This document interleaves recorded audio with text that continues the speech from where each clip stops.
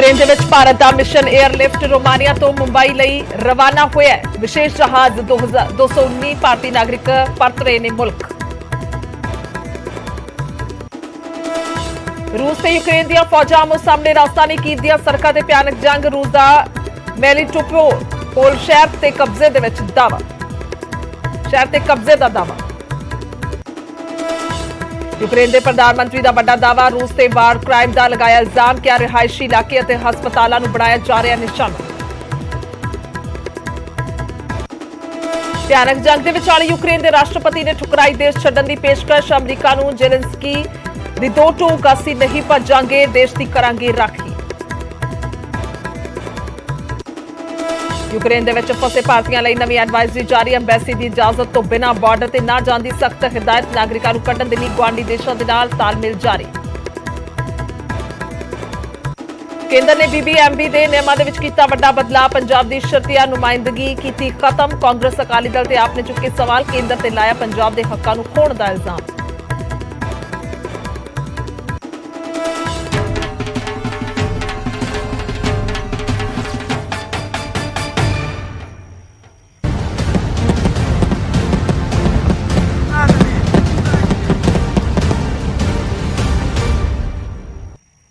सत श्री अकाल। इस समय बुलेटिन च स्वागत है। मैं तुहाडे नाल गुरजोत संधू। सो यूक्रेन और रूस की जंग के विचाले महिलावां भी हथियार चुकदियां नजर आ रही, यानी कि राखी करदियां नजर आ रही ने। यूक्रेन की महिला सांसद कीरा रुदिक ने देश की सुरक्षा लिए हथियार चुक ले ने। तस्वीर ट्वीट करके कीरा रुदिक ने लिखा है कि मैं आधुनिक हथियार चलाने सीख रही हूं, हथियार चुकन के लिए तैयारी कर रही हूं। उन्होंने अगे लिखा है कि महिलावां अपनी मिट्टी की उस तरह रक्षा करनगियां जिवें पुरुष करते हैं। और तस्वीर जी है साफ तौर पर तस्वीर नजर आ रही है स्क्रीन ते, जिस दे विच उन्होंने हथियार चुकिया हुआ है और ये हथियार चुक के वो लिखते हैं कि हुण उवें ही महिलावां राखी करनगियां जिवें कि पुरुष करते हैं।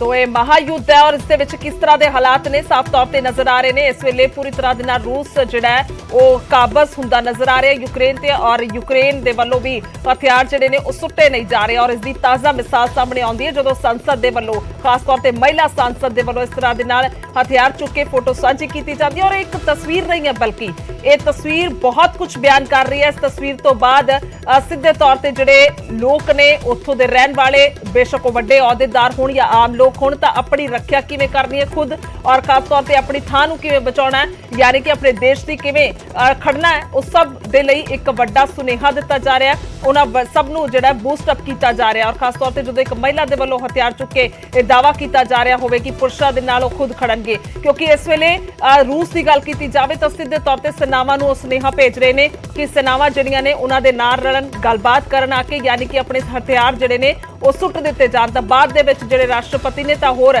जिहड़ी सरकार है काबज उसनूं तां बाद दे विच वेख लैणगे। सो इस तरह के हालातां दे विचकार तां लोकां नूं खुद भी खड़ना होएगा। और इस वेले क्योंकि हस्पतालां नूं आम लोकां नूं जिहड़ा वो निशाना भी बनाया जा रहा है। सो इस दे विचाले महिला सांसद की यह तस्वीर।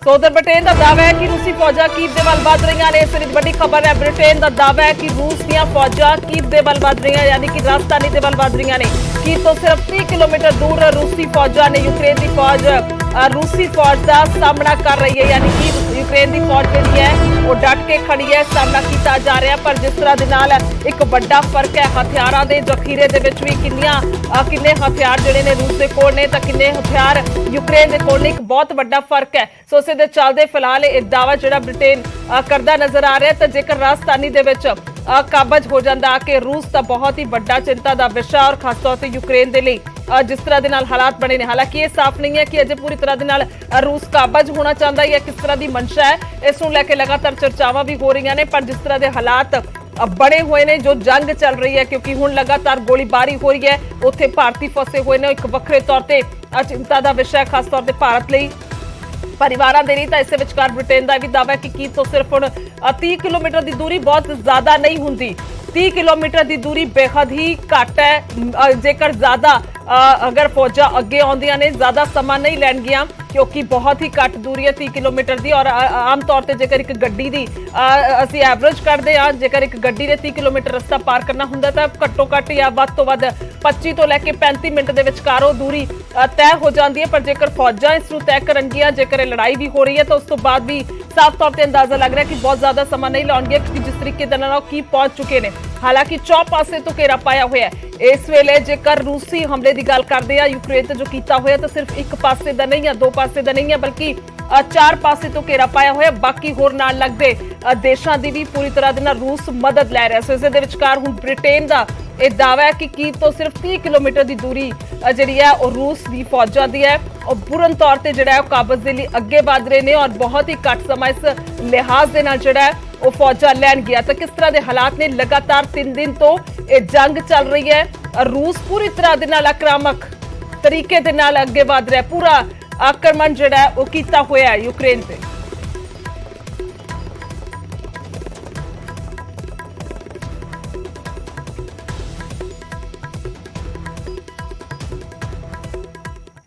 ਤੇ ਹੁਣ ਅੱਗੇ ਵਧਦੇ ਹਾਂ ਔਰ ਖਬਰਾਂ ਦੀ ਗੱਲ ਕਰਾਂਗੇ ਫਟਾਫਟ ਅੰਦਾਜ਼ ਦੇ ਵਿੱਚ।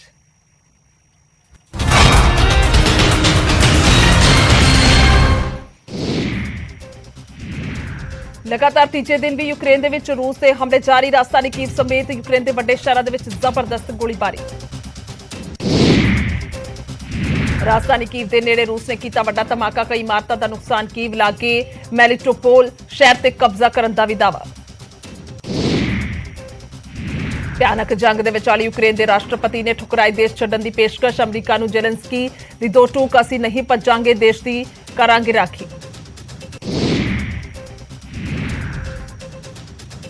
यूक्रेन के राष्ट्रपति जेलेंस्की का बड़ा दावा, कहा कीव ते आले दुआले दे इलाके अजे भी साडे कोल जंग नूं रोकण दी मंग। यूक्रेन के रक्षा मंत्रालय ने एक वीडियो किया जारी। रूस की फौज के वलों आम नागरिकों नूं निशाना बनाउण दा कीता दावा। वीडियो दे विच यूक्रेन की सेना आम नागरिकों नूं कर रही है रेस्क्यू। यूक्रेन ते रूस के हमले का एक वीडियो खौफनाक सामने आया। रूसी टैंक ने बुरी तरह कुचली एक कार।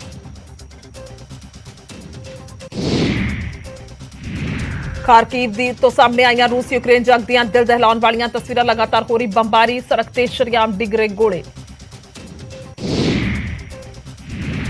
यूएन दे विच रूस के खिलाफ निंदा मता पास। निंदा मता दे पक्ष दे विच पए 11 वोट, जबकि विरोध दे विच पई 1 वोट। यूएनएससी दे विच रूस यूक्रेन जंग ते होई वोटिंग। भारत, चीन ते यूएई ने वोटिंग दे विच नहीं लिया हिस्सा। रूस के नाल गलबात लई यूक्रेन तैयार। यूक्रेन के राष्ट्रपति ने रूस नूं गलबात लई भेजा सद्दा। रूस ने यूक्रेन दे नाल गलबात लई रखी शर्त। यूक्रेन की सेना दे सुट्टे हथियार नेटो दे नाल ना जुड़न दा भी मंगिया वादा। रूस यूक्रेन जंग विचाले नेटो ने रूस नूं सेना हटाउण दे लई किहा। नेटो ने कहा अंतरराष्ट्रीय कानून का सत्कार करे रूस। रूस यूक्रेन जंग ते ईयू का फैसला। पुतिन की यूरोप की संपत्ति होवे जब्त। रूस के विदेश मंत्री की संपत्ति भी जब्त करने का फैसला। रूस के राष्ट्रपति पुतिन खिलाफ अमरीका का एक्शन। पुतिन ते लगाया बैन, कहा लोकतांत्रिक देश से हमला करना गलत। पुतिन नूं आर्थिक कीमत चुकानी पवेगी। रूस के टेनिस खिडारी एंड्री रुबलेव नहीं चाहते जंग। दुबई चैंपीयनशिप च मैच तो बाद कैमरे ते लिखा नो वॉर प्लीज। यूक्रेन दे विच फसे भारतीय विद्यार्थियों नूं लै बोले राहुल गांधी। बंकरां दे विच रह रहे विद्यार्थियों दी तस्वीरां परेशान करने वालियां। भारत सरकार नूं कीती अपील, विद्यार्थियों नूं जल्द लिआंदा जावे देश। कैथल पहुंचे कांग्रेसी आगू रणदीप सुरजेवाला ने यूक्रेन च फसे भारतीयों की सलामती लई कीती प्रार्थना। मुख मंत्री मनोहर लाल नूं फसे विद्यार्थियों की वापसी लई मदद की कीती अपील। यूक्रेन दे विच फसे भारतीयों लई नवीं एडवाइजरी जारी। अंबैसी की इजाजत तो बिना सरहदी चौकी ते ना जाण दी सलाह। नागरिकां नूं कड्ढण दे लई गुआंढी देशां दे नाल तालमेल जारी। यूक्रेन दे विच फसी राजपुरा दी नवनीत कौर 2017 च मैडिकल की पढ़ाई लई गई सी यूक्रेन। परिवार की वधी चिंता वापस बुलाउण दे लई सरकार नूं कर रहे अपील। दो देशों की जंग के विचाले यूक्रेन च फसिया झज्जर दा नौजवान मुकंद मैडिकल की पढ़ाई लई गया। गया। 'गया सी यूक्रेन, परिवार परेशान, वापस लियाउण दी लगाई गुहार। ਨਾਭਾ ਦਾ ਨੌਜਵਾਨ ਅਰਜੁਨ ਬਾਤਿਸ਼ ਵੀ ਯੂਕਰੇਨ 'ਚ ਫਸਿਆ। ਪਰਿਵਾਰ ਦਾ ਰੋ ਰੋ ਕੇ ਬੁਰਾ ਹਾਲ। ਕੇਂਦਰ ਸਰਕਾਰ ਨੂੰ ਲਾਈ ਮਦਦ ਦੀ ਗੁਹਾਰ। ਯੂਕਰੇਨ 'ਚ ਫਸੇ ਹੋਏ ਨੇ ਚਰਖੀ ਦਾਦਰੀ ਦੇ ਰਹਿਣ ਵਾਲੇ ਕਈ ਨੌਜਵਾਨ। ਪਰਿਵਾਰਾਂ ਨੇ ਜਤਾਈ ਚਿੰਤਾ। ਭਾਰਤ ਸਰਕਾਰ ਨੂੰ ਬੱਚਿਆਂ ਦੀ ਸੁਰੱਖਿਅਤ ਵਾਪਸੀ ਦੀ ਲਾਈ ਗੁਹਾਰ। ਸੋਨੀਪਤ ਦੇ ਪਿੰਡ ਜੋਸ਼ੀ ਚੌਹਾਨ ਦੇ ਰਹਿਣ ਵਾਲੇ 5 ਨੌਜਵਾਨ ਯੂਕਰੇਨ 'ਚ ਫਸੇ। ਮੈਡੀਕਲ ਦੀ ਪੜ੍ਹਾਈ ਕਰਨ ਯੂਕਰੇਨ ਗਏ ਸਨ ਨੌਜਵਾਨ। ਪਰਿਵਾਰਾਂ ਨੇ ਸਰਕਾਰ ਤੋਂ ਕੀਤੀ ਮਦਦ ਦੀ ਅਪੀਲ। ਯੂਕਰੇਨ 'ਚ ਫਸੇ ਉਹਨਾਂ ਦੇ 29 ਵਿਦਿਆਰਥੀ। ਪ੍ਰਸ਼ਾਸਨ ਨੇ ਕੇਂਦਰ ਸਰਕਾਰ ਨੂੰ ਭੇਜੀ ਸੂਚੀ। ਚਿੰਤਾ 'ਚ ਡੁੱਬੇ ਵਿਦਿਆਰਥੀਆਂ ਦੇ ਪਰਿਵਾਰ। ਯੂਕਰੇਨ ਤੋਂ ਕਰਨਾਲ ਪਰਤੇ ਕਈ ਵਿਦਿਆਰਥੀ। ਡਿਪਟੀ ਕਮਿਸ਼ਨਰ ਨਾਲ ਕੀਤੀ ਮੁਲਾਕਾਤ। ਯੂਕਰੇਨ ਦੇ ਹਾਲਾਤਾਂ ਬਾਰੇ ਦਿੱਤੀ ਜਾਣਕਾਰੀ। ਅੰਮ੍ਰਿਤਸਰ ਦੇ ਡੀਸੀ ਦਫ਼ਤਰ ਪਹੁੰਚੇ ਯੂਕਰੇਨ 'ਚ ਫਸੇ ਭਾਰਤੀਆਂ ਦੇ ਰਿਸ਼ਤੇਦਾਰ। ਆਪਣਿਆਂ ਦੀ ਜਲਦੀ ਵਾਪਸੀ ਦੇ ਲਈ ਡੀਸੀ ਨੂੰ ਸੌਂਪਿਆ ਮੰਗ ਪੱਤਰ। ਮਾਪਿਆਂ ਨੇ ਸਰਕਾਰ ਨੂੰ ਬੱਚਿਆਂ ਨੂੰ ਛੇਤੀ ਵਾਪਸੀ ਲਿਆਉਣ ਦੀ ਕੀਤੀ ਅਪੀਲ। ਕੇਂਦਰ ਨੇ ਬੀਬੀਐਮਬੀ ਦੇ ਨਿਯਮਾਂ 'ਚ ਕੀਤਾ ਵੱਡਾ ਬਦਲਾਅ। ਪੰਜਾਬ ਦੀ ਸ਼ਰਤੀਆ ਨੁਮਾਇੰਦਗੀ ਕੀਤੀ ਖਤਮ। ਕਾਂਗਰਸ ਅਕਾਲੀ ਦਲ ਤੇ ਆਪ ਨੇ ਚੁੱਕੇ ਸਵਾਲ। ਕੇਂਦਰ ਤੇ ਲਾਇਆ ਪੰਜਾਬ ਦੇ ਹੱਕਾਂ ਨੂੰ ਖੋਹਣ ਦਾ ਇਲਜ਼ਾਮ। ਵਿਕਰਮ ਮਜੀਠੀਆ ਤੇ ਕੁਲਬੀਰ ਜੀਰਾ ਦਾ ਤਿੱਖਾ ਹਮਲਾ। ਪੂਰੇ ਚਿੱਟੇ ਦੇ ਵਪਾਰੀ ਨੂੰ ਹਾਈਕੋਰਟ ਵੀ ਨਹੀਂ ਦੇ ਸਕਦੀ ਜ਼ਮਾਨਤ। ਚੰਡੀਗੜ੍ਹ 'ਚ ਬਿਜਲੀ ਕੱਟ ਨੂੰ ਲੈ ਕੇ ਬਿਜਲੀ ਬੋਰਡ ਦਾ ਵੱਡਾ ਐਕਸ਼ਨ। 143 ਬਿਜਲੀ ਮੁਲਾਜ਼ਮਾਂ ਦੇ ਖਿਲਾਫ ਦਰਜ ਕੀਤੀ ਐਫਆਈਆਰ ਤੇ ਬਾਹਰ ਕੱਢੇ 17 ਆਊਟਸੋਰਸ ਮੁਲਾਜ਼ਮ। ਸੁਪਰਡੈਂਟ ਇੰਜੀਨੀਅਰ ਸਮੇਤ 126 ਰੈਗੂਲਰ ਮੁਲਾਜ਼ਮਾਂ ਨੂੰ ਵੀ ਕਾਰਨ ਦੱਸੋ ਨੋਟਿਸ ਜਾਰੀ। ਅੰਮ੍ਰਿਤਸਰ ਦੇ ਬਾਬਾ ਬਕਾਲਾ ਦੇ ਵਿੱਚ ਬੈਂਕ ਲੁੱਟਣ ਦੀ ਕੋਸ਼ਿਸ਼। ਬੈਂਕ ਦੇ ਸੁਰੱਖਿਆ ਗਾਰਡ ਦੀ ਬਹਾਦਰੀ ਕਰਕੇ ਨਹੀਂ ਹੋਈ ਲੁੱਟ। ਪੁਲਿਸ ਨੇ ਲੁਟੇਰਿਆਂ ਨੂੰ ਕੀਤਾ ਗ੍ਰਿਫਤਾਰ। ਇੱਕ ਲੁਟੇਰੇ ਨੂੰ ਕੱਲ੍ਹ ਕਰ ਲਿਆ ਸੀ ਕਾਬੂ। ਮੋਗਾ ਦੇ ਕੋਟਕਪੂਰਾ ਬਾਈਪਾਸ ਨੇੜੇ ਟਿੱਪਰ ਨਾਲ ਟਕਰਾਈ ਸਕੂਲ ਬੱਸ। 8 ਬੱਚਿਆਂ ਸਮੇਤ 2 ਅਧਿਆਪਕ ਜ਼ਖਮੀ। ਸਕੂਲ ਬੱਸ ਡਰਾਈਵਰ ਤੇ ਟਰੱਕ ਡਰਾਈਵਰ ਨੂੰ ਵੀ ਲੱਗੀਆਂ ਸੱਟਾਂ। ਝੱਜਰ 'ਚ ਇੱਕ ਵਾਹਨ ਨੇ ਮੋਟਰਸਾਈਕਲ ਨੂੰ ਮਾਰੀ ਟੱਕਰ। ਬਾਈਕ ਸਵਾਰ ਦੀ ਮੌਕੇ ਤੇ ਮੌਤ। ਹਰਿਆਣਾ ਪੁਲਿਸ ਦਾ ਜਵਾਨ ਦੱਸਿਆ ਜਾ ਰਿਹਾ ਮ੍ਰਿਤਕ। ਜਲੰਧਰ 'ਚ ਨਕੋਦਰ ਰੋਡ ਤੇ ਕਾਰ ਅਤੇ ਐਕਟਿਵਾ ਵਿਚਾਲੇ ਭਿਆਨਕ ਟੱਕਰ। ਐਕਟਿਵਾ ਚਾਲਕ ਇੱਕ ਸ਼ਖਸ ਦੀ ਮੌਤ, ਦੂਜੇ ਦੀ ਹਾਲਤ ਗੰਭੀਰ। ਨਿੱਜੀ ਹਸਪਤਾਲ ਚੱਲ ਰਿਹਾ ਇਲਾਜ। ਸੰਗਰੂਰ ਦੇ ਇੱਕ ਚੌਕ 'ਚ ਵੱਡਾ ਹਾਦਸਾ ਹੁਣ ਟਲਿਆ। ਪ੍ਰਾਈਵੇਟ ਬੱਸ ਦੇ ਸਾਹਮਣੇ ਅਚਾਨਕ ਆਈ ਤੇਜ਼ ਰਫ਼ਤਾਰ ਕਾਰ ਬੱਸ ਨਾਲ ਟਕਰਾਇਆ। ਕਾਰ ਦਾ ਪਿਛਲਾ ਹਿੱਸਾ ਜਾਨੀ ਨੁਕਸਾਨ ਤੋਂ ਰਿਹਾ ਬਚਾ।